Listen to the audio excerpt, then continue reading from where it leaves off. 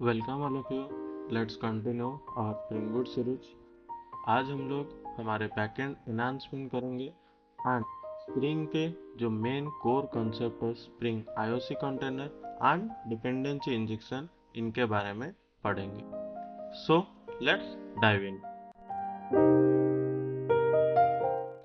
ये जो controller class आप देख रहे हैं, ये हम लोग हमारे प्रीवियस वीडियो में बनाए थे, जिसमें हम लोग 3 मेथड डिफाइन किए थे। First one is to handle your HTTP request.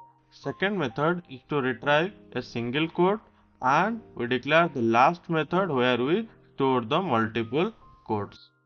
And ये हमारा परफेक्टली वर्क कर रहा था, लेकिन इस कोड में हमारा क्लीननेस नहीं है। इसका मतलब क्या है? इसका मतलब ये है कि सिंपली ये जो कंट्रोलर क्लास आप देख रहे हैं, ये हमारा टाइटली कपल्ड है। तो इसको लूजली कपल करने के लिए हम लोग सॉलिड प्रिंसिपल का यूज करेंगे। According to SOLID principle, one class is responsible to do one task. लेकिन यहाँ पे क्या हो रहा है कि आपका जो कंट्रोलर है एंड आपका जो अदर दो मेथड है, ये दोनों का पर्पज डिफरेंट है। तो मैं अभी क्या करूँगा, ये जो बिजनेस लॉजिक मैंने लिखा है, इसको सेपरेट करूँगा हमारा कंट्रोलर लॉजिक से। तो कैसे सेपरेट करूँगा? सिंपली मैं यहाँ पे कंट्रोल एक्सप्रेस करता हूँ, देन एक और क्लास क्रिएट करता हूँ, that is daily code service dot Java. Then इसके अंदर ये दो मेथड को डिफाइन करता हूँ एंड देन यहाँ पे इस पर्टिकुलर मेथड को मैं पब्लिक करता हूँ, सो दैट ये मेरा बाहर एक्सेस हो सके। देन अभी सेव करता हूँ। देन अभी क्या हो गया कि मेरा दोनों कोड सेपरेट हो गया, that is controller class and service class. लेकिन अगर आप अभी देखेंगे तो यहाँ पे एरर आ रहा है। क्यों? क्योंकि गेट कोड अभी इस पर्टिकुलर क्लास का पार्ट नहीं है। तो अभी हम लोग गेट कोड मेथड को कैसे कॉल करेंगे? सिंपली हम लोग सर्विस क्लास का ऑब्जेक्ट क्रिएट करेंगे, that is var service equal to new daily code service. Then हम लोग अभी इसको लिखेंगे सर्विस डॉट। तो ये कोड अभी आपका थोड़ा सा एनहांस हो गया, तो अभी इसको रन करके चेक करते हैं।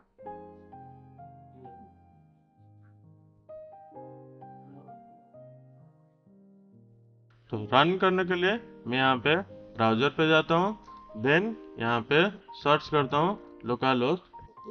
तो आप देखेंगे मेरा कोड परफेक्टली वर्क कर रहा है। लेकिन अकॉर्डिंग टू स्प्रिंग, हमें सिर्फ मॉडल क्लास को छोड़ के कोई भी क्लास का ऑब्जेक्ट इसे डायरेक्टली नहीं बनाना चाहिए। क्यों? क्योंकि ये आगे चल के बहुत सारा प्रॉब्लम क्रिएट करता है। तो इसीलिए स्प्रिंग एक फीचर प्रोवाइड किया है, जिसके मदद से हम लोग ऑटोमेटिकली एक क्लास का ऑब्जेक्ट क्रिएट कर सकते हैं एंड उसको डिफरेंट क्लासेस में यूज कर सकते हैं। कैसे करेंगे? तो ये हम लोग इस वीडियो में देखेंगे। तो सबसे पहले हम लोग स्प्रिंग को बोलेंगे कि इस क्लास का ऑब्जेक्ट क्रिएट करके अपने पास रखे, ताकि हम लोग जब उसको दूसरे क्लास में मांगेंगे वो हमें प्रोवाइड करेगा। तो हम स्प्रिंग को कैसे बताएंगे कि इस क्लास का ऑब्जेक्ट क्रिएट करो? तो हमें स्प्रिंग ने कुछ अनोटेशन दिया है, जिसके मदद से ऑब्जेक्ट क्रिएट कर सकते हैं। तो वो सारा अनोटेशन क्या है? वो सारा अनोटेशन को हम लोग स्टेरियोटाइप अनोटेशन बोलते हैं एंड इसके अंदर आपका बहुत सारे अनोटेशन होता है। जैसे आपका @कंट्रोलर हो गया, @कंपोनेंट हो गया, @सर्विस हो गया, @रिपोजिटरी हो गया एंड आपका रेस्ट कंट्रोलर। तो हम लोग डिटेली सबके बारे में पढ़ेंगे। तो अभी हम लोग बस यूज करके देखते हैं कि काम कर रहा है या नहीं। तो अभी मैं यहाँ पे एक एनोटेशन यूज कर रहा हूँ, दैट इज सर्विस। तो तो इसे लिखने से क्या होगा कि स्प्रिंग जो है ये आपका इस पर्टिकुलर क्लास का ऑब्जेक्ट बना के अपने पास स्टोर करेगा। स्प्रिंग में ये जो ऑब्जेक्ट क्रिएट करना एंड मैनेज करना, ये काम कौन करता है? That is your IOC container. IOC container is responsible for creating and managing object in your Spring project. तो अभी ये हमारा क्लास का ऑब्जेक्ट क्रिएट। अभी इस क्लास का ऑब्जेक्ट को हम हमारे कंट्रोलर में कैसे यूज करेंगे? तो इसको यूज करने के लिए मैं यहाँ पे एक इंस्टेंस वेरिएबल डिक्लेयर करता हूँ, that is private double quote service, that is service. Then next मैं यहाँ पे क्या करता हूँ कि इस क्लास के ऊपर दैट इज @AutoWAD मेंशन करता हूँ। तो इससे क्या होगा, फिर IOC कंटेनर इस पर्टिकुलर क्लास का ऑब्जेक्ट हमें दे देगा। तो ये जो प्रोसेस है जहाँ पे IOC कंटेनर हमारा इस पर्टिकुलर वेरिएबल को ऑब्जेक्ट असाइन करेगा, उस प्रोसीजर को हम लोग बोलते हैं कि dependency injection. Dependency injection is a process through which IOC container inject one class object into another class. तो अभी हम लोग क्या करेंगे, सिंपली ये जो ऑब्जेक्ट क्रिएट किए हैं इसको रिमूव कर। तो अभी अगर हम लोग कोड को रन करेंगे तो आप चेक करना कि हमारा कोड परफेक्टली वर्क कर रहा है एंड हमारा कोड भी लूजली कपल्ड भी हो गया। ये जो @AutoWAD के थ्रू हम लोग यहाँ पे डिपेंडेंसी इंजेक्ट किए, इसको हम लोग क्या बोलते हैं, that is property based injection. लेकिन प्रॉपर्टी बेस्ड इंजेक्शन जो होता है वो टेस्टिंग पर्पस के लिए थोड़ा डिफिकल्ट होता है। तो इसीलिए स्प्रिंग रिकमेंड करता है कि आप always constructor based injection use करो। तो हम लोग कंस्ट्रक्टर बेस्ड इंजेक्शन कैसे यूज करेंगे, चलिए देखते हैं। तो मैं यहाँ पे @AutoWAD को यहाँ से रिमूव कर रहा हूँ। देन हम लोग सिर्फ इस क्लास का अभी एक पैरामीटराइज कंस्ट्रक्टर क्रिएट करेंगे। तो मैं यहाँ पे सोर्स एक्शन पे आता हूँ, देन यहाँ पे जनरेट कंस्ट्रक्टर, देन यहाँ पे सर्विस को सिलेक्ट करके, तो अभी मेरा एक कंस्ट्रक्टर यहाँ पे जनरेट हो गया। बस आपको इतना ही लिखना है, क्यों? क्योंकि जो स्प्रिंग के 2.5 पे उसमें एक अपडेट आया था, जिसके बाद अभी हमें @AutoWAD लिखने की जरूरत नहीं है in case of constructor injection. ये पर्टिकुलर क्लास अभी हमारा रेडी हो गया है। तो मैं सिंपली अभी इसको सेव करूंगा, देन अभी ब्राउजर पे हमारा कोड को हम लोग चेक करेंगे कि वर्क कर रहा है कि नहीं। तो आप देख सकते हैं कोड परफेक्टली वर्क कर रहा है।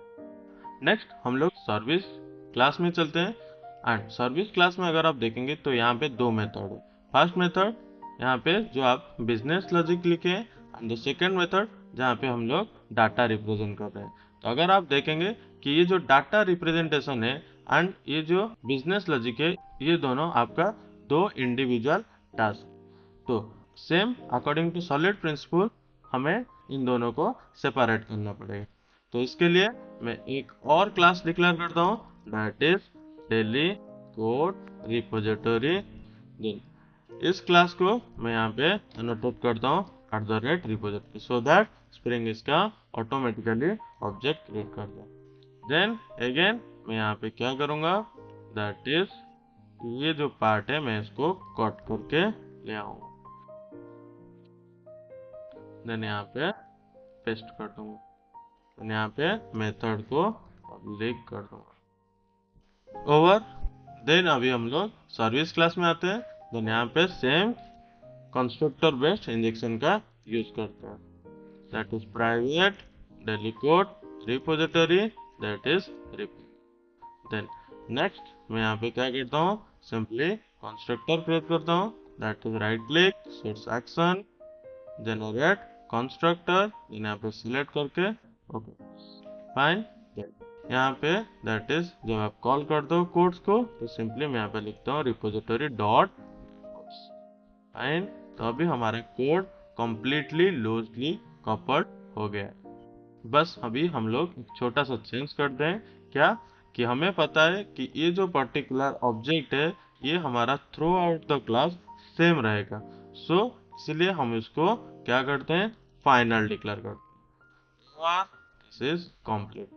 नेक्स्ट सेम थिंग हम लोग कंट्रोलर में करते हैं, दैट इज यहाँ पे फाइनल। अभी अगर हम लोग चेक करेंगे तो हमारा कोड सेम परफेक्टली वर्क कर रहा है विदाउट एनी ब्रेक। तो अभी हम लोग क्या समझे कि IOC कंटेनर जो है वो हमारा रिस्पॉन्सिबल है create and manage object, and वो एक क्लास का ऑब्जेक्ट कैसे क्रिएट करेगा, थ्रू सम स्टेरियोटाइप एनोटेशन। तो स्टेरियोटाइप एनोटेशन आपका क्या क्या है, that is at the rate component, at the rate controller, at the rate service, at the rate repository and at the rate rest controller. Then dependency injection क्या है, dependency injection process है जिसके मदद से स्प्रिंग IOC कंटेनर आपका one class का object दूसरे class में इंजेक्ट करता है। तो इससे क्या होगा, इससे आपका क्लास लूजली कपल्ड होगा। तो ये था स्प्रिंग का 2 main concept. That's all for today. Thank you. Let's meet in our next section.